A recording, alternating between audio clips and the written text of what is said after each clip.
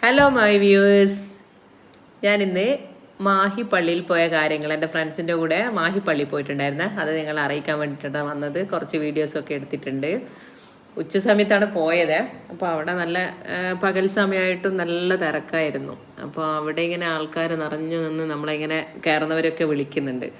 പൂ വേണ്ടേ, മെഴുകുതിരി വേണ്ടേ എന്ന് പറഞ്ഞിട്ട് ഇങ്ങനെ വിളിച്ചുകൊണ്ടിരിക്കുന്നുണ്ട്.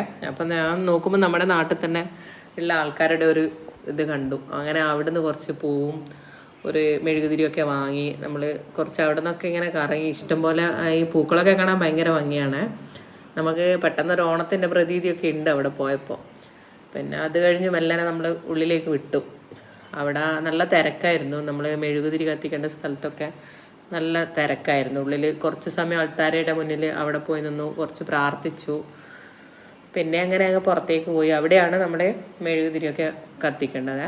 അവിടെ നല്ല തിരക്കാണ്. അപ്പോൾ ആളൊഴിയുന്ന സമയം നോക്കി കയറിയിട്ട് അവിടെ അങ്ങനെ മെഴുകുതിരിയൊക്കെ കത്തിച്ച് പ്രാർത്ഥിച്ചു. അപ്പോഴാണ് നമ്മുടെ അവിടെ പള്ളിയിൽ അച്ഛൻ ഇങ്ങനെ എല്ലാവർക്കും ആശീർവാദം കൊടുക്കുന്നുണ്ട്. ഞാൻ മെല്ലനെ അവിടത്തേക്ക് വിട്ടിട്ട് ചോദിച്ച്, നമുക്കൊന്നും ആശീർവാദം തരില്ലേ, എന്താണിത്? നമ്മൾ വന്നോന്ന് പറഞ്ഞു.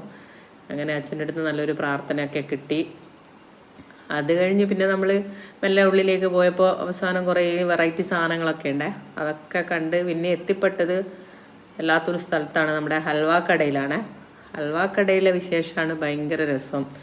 ആള് പറയുന്നൊന്ന് കേട്ടു നോക്കിയേക്കെ എന്തൊക്കെയാണ്. മാമ്പഴം, മുന്തിരി, ചക്ക, അത്തിപ്പഴം, കറുത്തലുവ, ഈത്തപ്പഴം, ഏത്തപ്പഴം, അതേപോലെ കട്ടിയുള്ള അലുവ, കട്ടിയില്ലാത്ത അലുവ, നട്സുള്ള അലുവ, സീറ്റ് അലുവ, സോഫ്റ്റ് അലുവ, മുളകിന്റെ അലുവ, അങ്ങനെ 13 പരം വെറൈറ്റി അലുവകളാണ് ഗൈസ് നമ്മൾ ഈ കാണുന്നത്.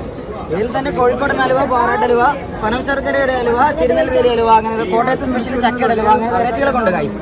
ഇപ്പോൾ അവരുടെ അടുത്തുള്ള ഹൽവേൻ്റെ വിശേഷങ്ങളും ഹൽവ പോലെയുള്ള ചിരിയൊക്കെ കണ്ട് പിന്നെ അവിടെ നിന്ന് അങ്ങനെ നമ്മളെ വിട്ടു. പിന്നെയും നടന്നു. പിന്നെ ഇപ്പോൾ എത്തിപ്പെട്ട സ്ഥലം നോക്കിയാൽ പള്ളി പെരുന്നാളും പ്രമാണിച്ച് ഫുള്ള് അടിപൊളി ഐറ്റംസ് ഒക്കെ ഇറക്കിയിട്ടുണ്ടെന്നാണ് പറഞ്ഞത്.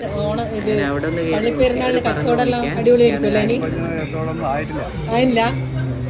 എപ്പോഴാ തുടങ്ങുക കച്ചവടം? എന്നാലും നിങ്ങൾക്കൊരു ചായരയാണ് പള്ളി പെരുന്നാളല്ല?